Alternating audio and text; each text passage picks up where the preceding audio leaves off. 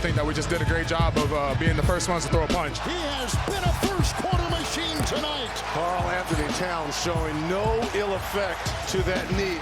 And the New York Knicks have looked elimination in the eye, and they are alive and kicking. After a game like that, we understand what the stakes are. Now it's on us to respond. We're going to have to even be better next game if we expect to have our season continue. Well, the Knicks season is still alive after a 17-point Game 5 win that saw them dominating the lower blocks, outscoring the Pacers 60-34 in the paint. It marks their second-best paint point differential in a game in these playoffs. New York now has 4 games this postseason with at least 60 points in the paint. That's the most by any team. In a game they never trailed, the Knicks' 17-point win was their largest in an elimination game in 27 years. And of course, they leaned heavily on Jalen Brunson and Karl-Anthony Towns to accomplish that. And those two joined rare air, becoming just the second pair of teammates to each score at least 20 points in each of the first 5 games of the conference finals. They joined Shaq and Kobe Bryant, who did it for the Lakers in the 2002 Western Conference Finals against the Kings. For much more, here's Tony and Mike with tonight's bonus PTI segment. All right, Wilbon, how confident are you that the Knicks will win Game 6? I don't know that confidence is the word for me, Tone. I don't really have a rooting interest in this series. There are participants in both camps that I really like and respect and have known a long time. I'm watching with great interest. You see, I'm here in New York City, where I was at Game 5 last night. I'd say I'm right at a 5. It's a push. But I will say this. Even if the Knicks win Game 6, it doesn't mean I think they have to win Game 7. I mean, I was at courtside some years ago. You were courtside for Game 1 when Reggie had his 8 points in 9 seconds, whatever. But to end that series, Tony, and I hate to bring this up because you know how much I love Patrick Ewing, one of my favorite players and people in sports over my life. Patrick had that finger roll that did not go down, and the Knicks lose Game 7 after coming back from 3-1 to tie the series at 3, and they can't win the series in Game 7 in the Garden. So just because they win Game 6 doesn't mean they win Game 7. But yeah, do I think they can force a Game 7? Of course I do. Okay, so if the question is how confident am I in the Knicks' ability to win Game 6, my answer is I'm not confident. I'm not confident in either team. Yes, because there's no particular separation between these teams. This is not like Oklahoma City and Minnesota. They are very close together. So I don't know how you can have confidence in one team or the other. I love Jalen Brunson. I think he's a great player. I love Tyrese Haliburton. He had a lousy game. Am I confident that Tyrese Haliburton at home is going to have a second straight lousy game in the playoffs? No, I'm not. I mean, this is one of those games where if you forced me to make a pick, I'd make a pick. But confidence, no, not confidence. All right, so having said that, is there going to be a Game 7 Monday night in this series? Yeah, I don't think so. I do think Indiana can and will win this game. What about you? What do you think? I'm completely torn. I think they can. I think that Rick Carlisle is going to help Tyrese Haliburton. Tyrese Haliburton is going to need some help because the Knicks figured out some stuff last night. They figured out how they want to attack him. And now the next move is up to the Pacers coaching staff. Yeah. And Rick Carlisle. That's why they pay coaches. Figuring that out. That's why they pay coaches. It is. That's why. Right. That's right. Tibbs made the right move, and his guys made the right move last night, and now it's up to the Pacers at home. That's it. We're done. Back to you. All right, for much more on the Eastern Conference Final, let's bring in our NBA analyst, Tim Legler. I love that we're sitting here on a Friday speculating if the Knicks can win Game 6, and we're only in that position because they won a must-win. What tone did they set from the start last night? Well, a couple tones. First of all, it was Jalen Brunson at the start of the game. I just thought he came out very aggressive, looking for his own shot in a game that had that kind of pressure, the intensity in the building, a lot of pressure on the home team. Jalen Brunson, their best player, came out and said, guys, I got this. And early on, he scored their first 6 points. They were up 6-0. I felt like it was almost like a pressure release in the building for everybody. Their best player was in a good place. That calms you down. And then it was Karl-Anthony Towns, I thought, in the second quarter, power basketball, everything, straight line, dribble, drive. It wasn't just him either. It was OG Anunoby, Josh Hart.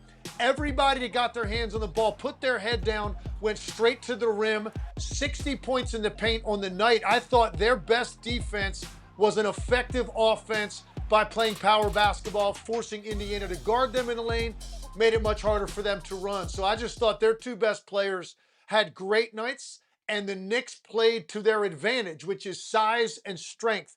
Pacers' advantage is speed. That size and strength negated that tempo in Game 5. We've been saying it this whole series. They really don't have an answer for Karl Anthony Towns, who had 24 points, and to your point, 18 of those coming from the paint. For Indiana, I mean, Tyrese Haliburton, 8 points last night, self-admittedly laid a dub. What happened? Combination of things. I think part of it was, clearly the Knicks played hard against him. I think they did pressure him a little bit more, but I think some people are getting carried away, acting as if, this was the 80s bad boy Pistons or even this current Oklahoma City team defensively. The Knicks played very hard. I'm not going to take that away from them, and they did pressure him a little bit more. But I think this was more about Tyrese Haliburton's mentality. I almost feel like, he had an overreaction to what they were about to do to him. And in his own mind, after the game he had in Game 4, which was really one of the best I've ever seen a point guard have in a playoff game, I think he was so prepared for what the Knicks were going to do, he almost took himself out of the game mentally. The aggressiveness wasn't there. They didn't have opportunities to run because the Knicks didn't take a lot of three-point shots.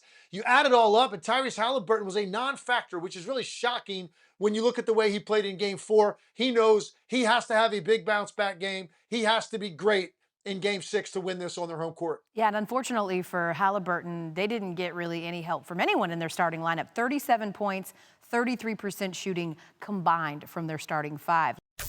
Perk, we already know how the Knicks offense really controlled the tempo last night, but what did you see as the key to that game for New York winning? Well, in New York City, the stage was set. They had the audience. You saw Tracy Morgan, Spike Lee, Ben Stiller, the ex-Knicks players, and Jalen Brunson just danced across their stage. And I'm talking about moonwalk last night. And look, he got it done offensively. I get the 32 points, 5 rebounds, and 5 assists. He filled up the stat sheet. But it was the defensive side of things for me. Right, they've been hunting Jalen Brunson all series long. He's been a defensive liability, but last night he leveled up defensively. The Pacers only shot 3 for 14 when he was the primary defender. That just showed his leadership. That showed his growth in taking ownership and accountability and how he was able to rise to the occasion. It was arguably one of his best games in a Knick uniform, and that's hard to say because we know what type of performances he has putting up since he's gotten to the Knicks organization. You said it, though. It was a complete performance because when you look at the numbers, in the first 4 games of the series, the Pacers were shooting 68% with Brunson as the primary defender. Last night, they only shot 21%. And you already know Brunson and Hallie, they're going to get all of the headlines, but there are other players obviously on the court. What do you think is the most important matchup from among the supporting cast? Oh, I got to show love to the big men. Karl Anthony Towns and Miles Turner. Miles Turner been leading the postseason in block shots. He's been the unsung hero for the Indiana Pacers.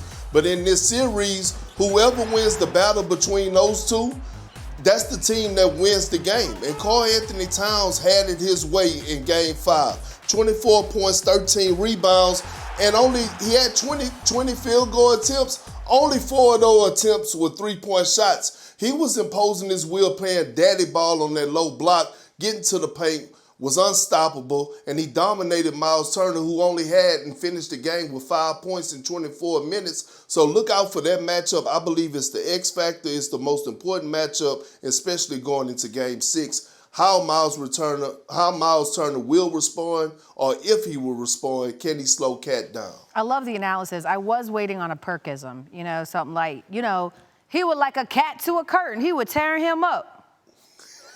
That's my Perk impersonation. Not good? He was on his ass like back pockets. Though. Okay, there you go. There we go. Yeah. The Knicks, by the way, never trailed last night. It was only the 3rd wire-to-wire win to avoid elimination since 1998. Kendrick Perkins, thanks for joining us here on SportsCenter. You take a look at the odds, you guys. The Pacers currently 3.5-point favorites for Game 6 in Indiana, according to ESPN Bet Sportsbook. That could be bad news for the Knicks because Indiana has a 10-1 record outright when they're favored at home over the last 2 postseasons.